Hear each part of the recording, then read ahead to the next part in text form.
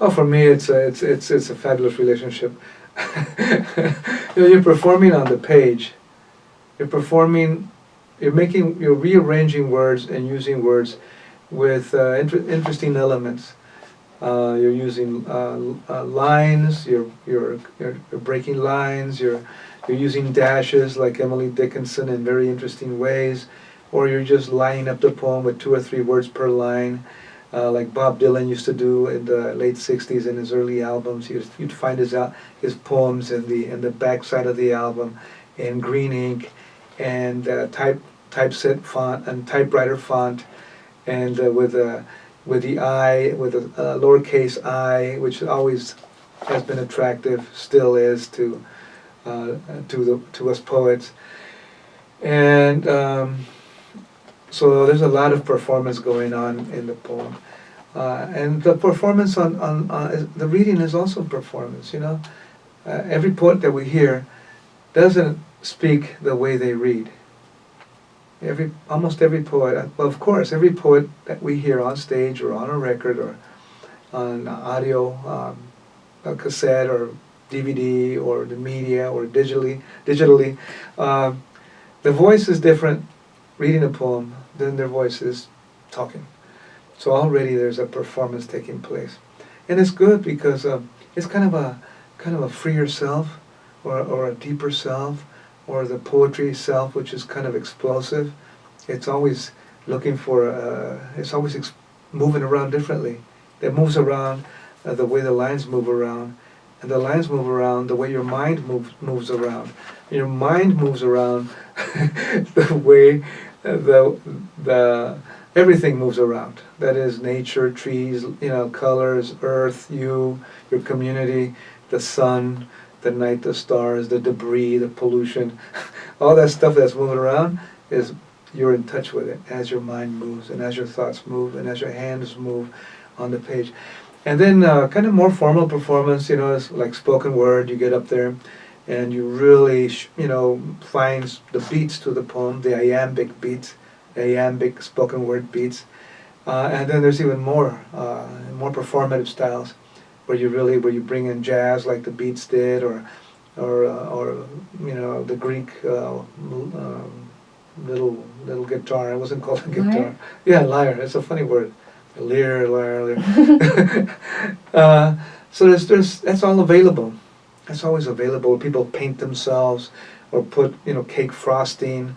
I've done workshops with poets and experimental workshops. They put cake frosting on, or they take their clothes off and put cake frosting on, or paper, wrap themselves in paper with congas and bongos, or dance or jump, or hang on ropes and jump on trampolines, or use funny lights. So all that is a lot of fun. The surrealist experiments of the 20s were great. The experimental theater of the 20s and 30s were great. The experiments of the Weimar Republic in the 20s and 30s were fabulous, with collage and dance and paint and crazy poetry. I love all that. So now it continues, and it has its own thing. I haven't seen any lately. You know, I haven't seen what's the latest. But it's also media too. You know, working with media. Video came in way early, and so it's a lot of fun. So what is all that about? You know, it's like poetry is. It loses its shells and it grows new blossoms, and it loses those petals, and then it grows new petals, and it becomes a different kind of plant. Then it gets pollinated by other plants.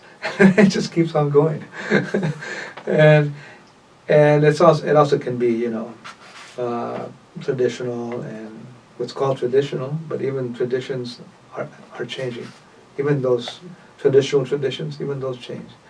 There's kind of extended sonnets and phantom sonnets and anti-sestinas and extended sestinas. And so it's great, you know, performances. You're a one-person theater. How about that? You're a one-person theater. You're a one-person visual walking taco. Where was I? I was in, was it Delaware? Where was I? could have been, yeah, well, I was at Notre Dame University in South Bend, Indiana, and I went to a ice cream shop, a Chicano ice cream shop in the barrio, and it had titles of ice creams I had never ever seen. It was chili with cherry, and it had a great name, and there was a walking taco, which was like a bowl of ice cream with chicharrones in it, and chips. It was a walking taco. So things are always creativity is what it's all about. Life is creativity. You know, life is creativity.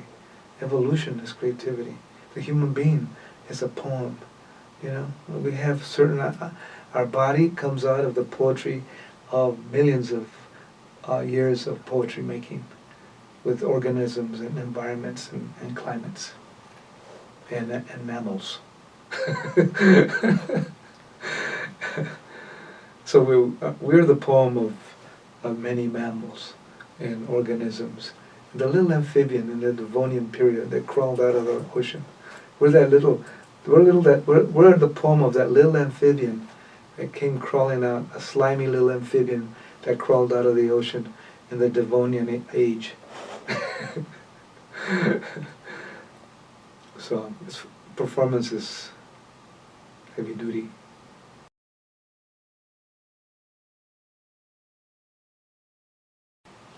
Well, you know, the future is always here. So is the past.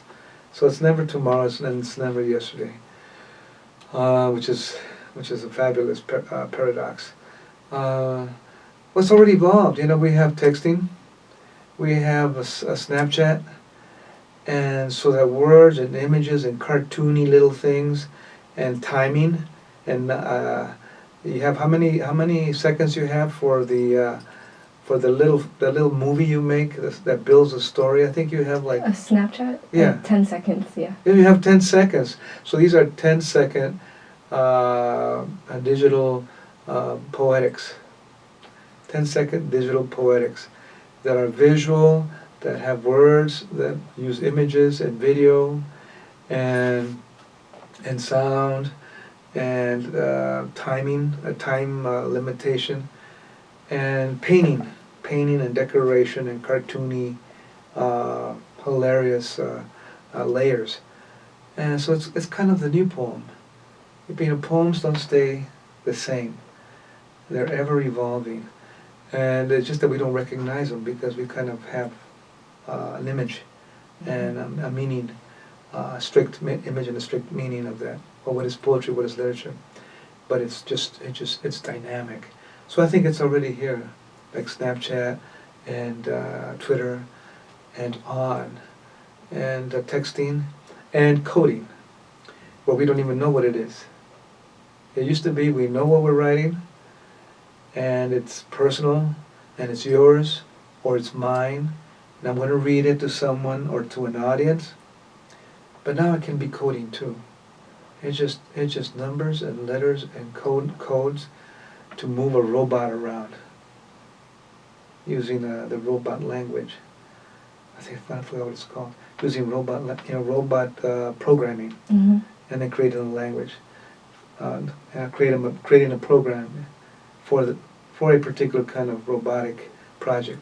So I think if we go all the way, we have traditional poetry, we have kind of contemporary poetry, experimental poetry, rap and spoken word, and hip hop in its various forms, and of course we have international forms, not just North American and English forms and European forms.